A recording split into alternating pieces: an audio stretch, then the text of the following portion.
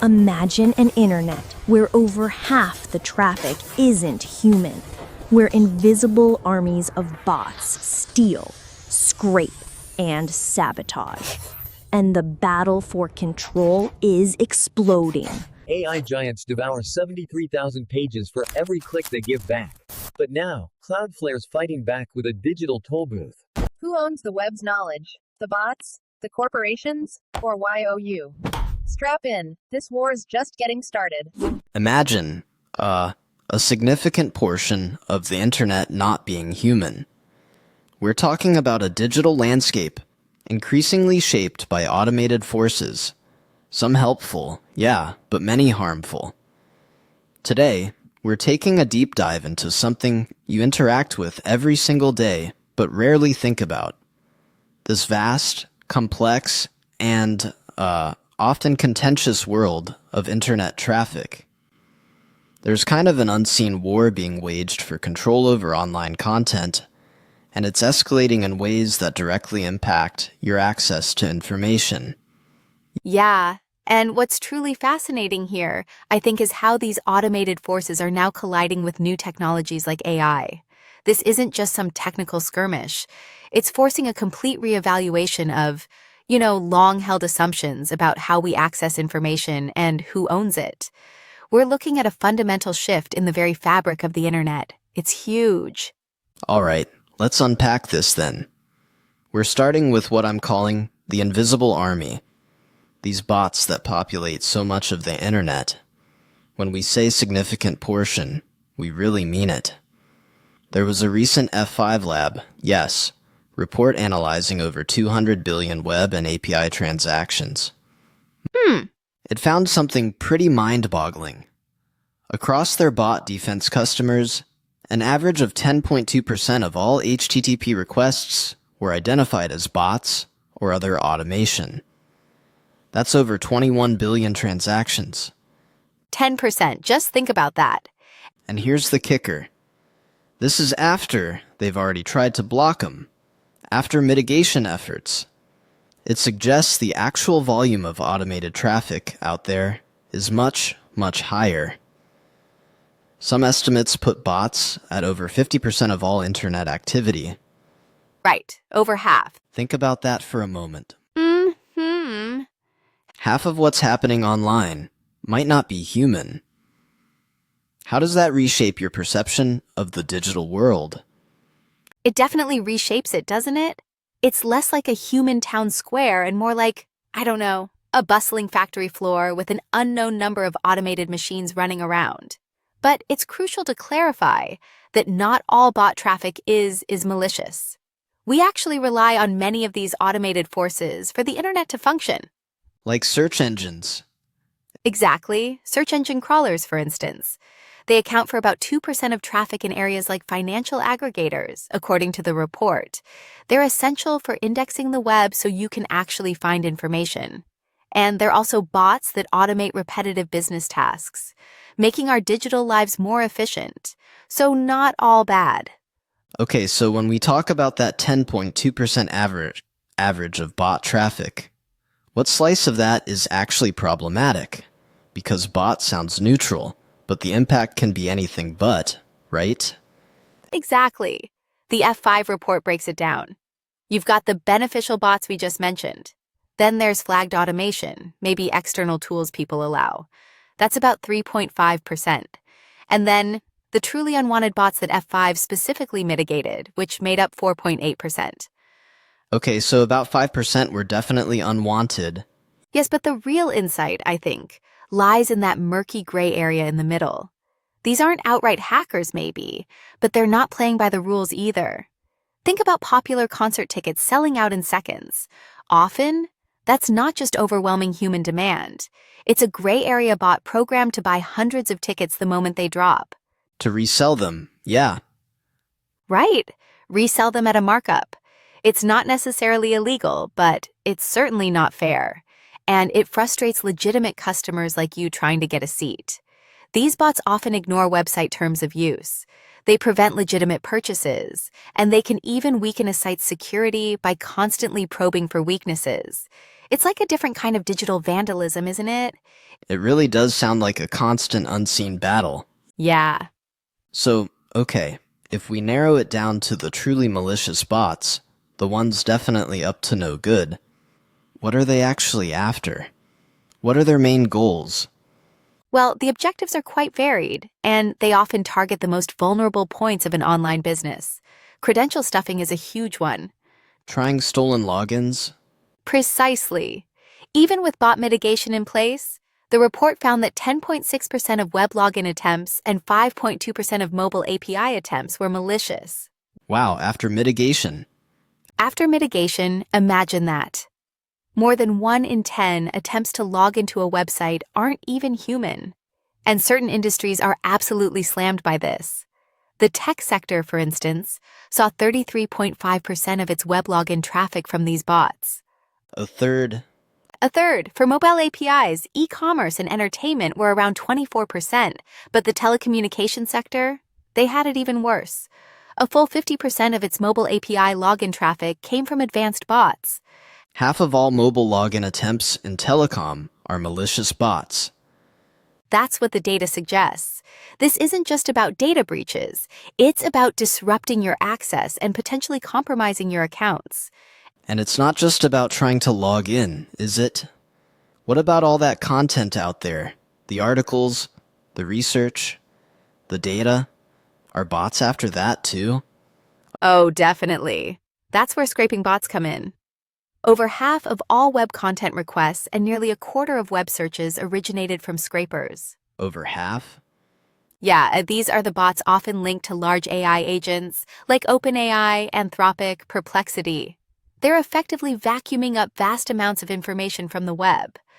Okay, so AI training data, basically. That's a big part of it. Then you have reseller bots, which are automating more than 1 in 5 add-to-cart transactions. That's how those hot new products sell out instantly and reappear on secondary markets at inflated prices. And there are plenty of others. Bots creating fake accounts, bots for carding scams, gift card checking bots, testing stolen card numbers. Yeah. It's a whole ecosystem. Wow, so they're not just diverse in their targets, but also in their sophistication, I guess. Right. Is that sophistication vary depending on what they're trying to do or where? Absolutely. The level of sophistication is a key factor in this whole cat and mouse game. It's not uniform. For web traffic, for example, about 24% of the automated traffic came from advanced bots. But for mobile APIs, that number was lower, only 13.5%. Interesting. Why the difference? It could be defenses are different or the value proposition changes. Conversely, intermediate bots were much more prevalent on mobile, 40% of traffic there compared to about 21.5% on the web. And it gets even more nuanced by industry. Advanced bots love general retail, airlines, banking on the web, but for mobile APIs, they dominate in telecommunications and entertainment. So they pick their targets and tools carefully? Exactly. This constantly evolving landscape means attackers adapt as security measures get smarter. They'll either increase their sophistication to bypass new defenses, or they'll just move on to softer, less protected targets. It's a relentless arms race. In some cases, the report actually saw an increase in automation attempts on certain web flows after mitigation was put in place. An increase? How? Because the determined bot operators just kept trying. Maybe tweaking their approach, hammering away to bypass the controls. Persistence. So these malicious bots, they sound incredibly persistent and, well, clever. How are they managing to slip past defenses that are designed to spot them? What's their sneakier side? Well, one of their most effective evasion techniques involves hiding in plain sight. They use residential IP proxy networks. Residential IPs. You mean like my home internet connection? Exactly like that. Instead of using obvious data center IPs that security systems can easily flag and blacklist, bot traffic gets routed through the actual IP addresses of home broadband and cellular users.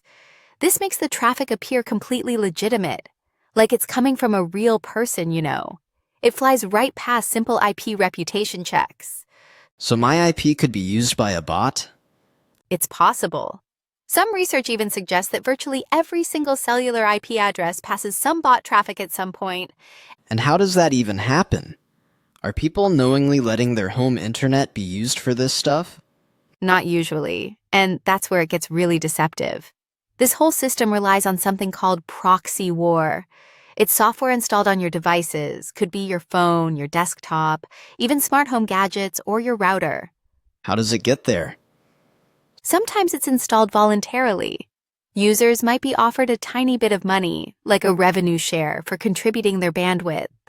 But often, it's hidden within free software you might download, like those free VPNs or video streamers, maybe even browser plugins. Or, more nefariously, it can just be part of malware. F5's research tracks over 20 distinct families of this proxy war, so it's a widespread issue. So my phone or computer could be unknowingly routing someone else's bot traffic right now, making it look like it came from a legitimate user, me. That sounds like a highly developed, but really murky market behind these networks. It absolutely is. It's highly developed, layered, yet incredibly opaque. You have companies like Lumi Apps. They rebranded as AppMonetize. Then apkm.org, acting as the supply network. They often sell access through seemingly benign brands like NexusNet or ASOX. And they claim it's all above board. Well, these proxyware providers might claim they source ethically obtained IPs, but research strongly suggests that the vast majority of installations happen without the informed consent of the device owners. You probably didn't agree to it, but despite these questionable sourcing practices, these businesses operate very much in the open. They have professional websites advertising benign use cases, often misleading both their customers and the users of the apps where this proxyware is hidden. Wow, it's a deeply deceptive ecosystem built on exploiting unsuspecting users like you and me. Precisely. This whole situation, it makes Cloudflare's bold move, back on July 3rd, 2024, seem even more significant, doesn't it? They announced this groundbreaking policy shift. They would now block AI bots by default for all new domains using their services. Which was a huge reversal. Exactly. It reversed their previous opt-out status, meaning content creators no longer have to manually figure out how to prevent AI from scraping their sites. It empowers website owners, even small ones, to essentially put up a digital toll booth. They can charge AI companies for each crawl or block them entirely. Using that standard HTTP 402 code, yeah, payment required. Right? This gives them unprecedented control. This is a truly massive change because it directly confronts that fundamental economic imbalance that AI companies have created. As Cloudflare's CEO put it, the fuel that runs these AI engines is original content. That's the core issue. And the old model is broken. Completely broken in this context. Traditionally, website owners allowed search engines like Google to crawl their content because it drove traffic back to their sites, right? Supporting an ad-based model. Google, for example, crawls maybe 14 pages for every visitor it sends back. There's an exchange, albeit maybe not always perfectly balanced. Okay, 14-1, that's the benchmark. Yeah, but for AI companies, the ratio is, well, exponentially more devastating. The numbers Cloudflare shared are just staggering. OpenAI's crawl-to-referral ratio was apparently 1,700 to 1 back in June 2025.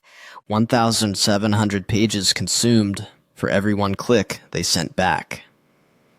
Yes, and Anthropic's was even more incredible, 73,000 to 1. 73,000. That's not an exchange, that's a content vacuum. Yeah, precisely. It means these AI companies are consuming just vast amounts of content while sending almost no traffic, no value back to the creators. And this isn't just about big tech versus publishers. It directly impacts the very content you consume daily. Imagine a web where independent blogs just disappear, where niche communities fade away. Unique voices get silenced because the economic model that sustained them has been fundamentally broken by AI scraping. If people don't have an incentive to create content, They're not going to create content. The real insight here is a potential loss of diversity and depth in the information available to you. It could make the internet blander, more centralized. okay, so it's one thing to make a policy statement like Cloudflare did, but it's another thing entirely to actually enforce it against these highly sophisticated, often hidden bots. How are they putting technical muscle behind this? Well, they're using a multi-layered approach. It's not just one thing. They combine machine learning, behavioral analysis, and something called fingerprinting to accurately classify bots. Fingerprinting? Digital fingerprints. Kind of. Even those shadow scrapers that try hard to evade detection leave subtle clues.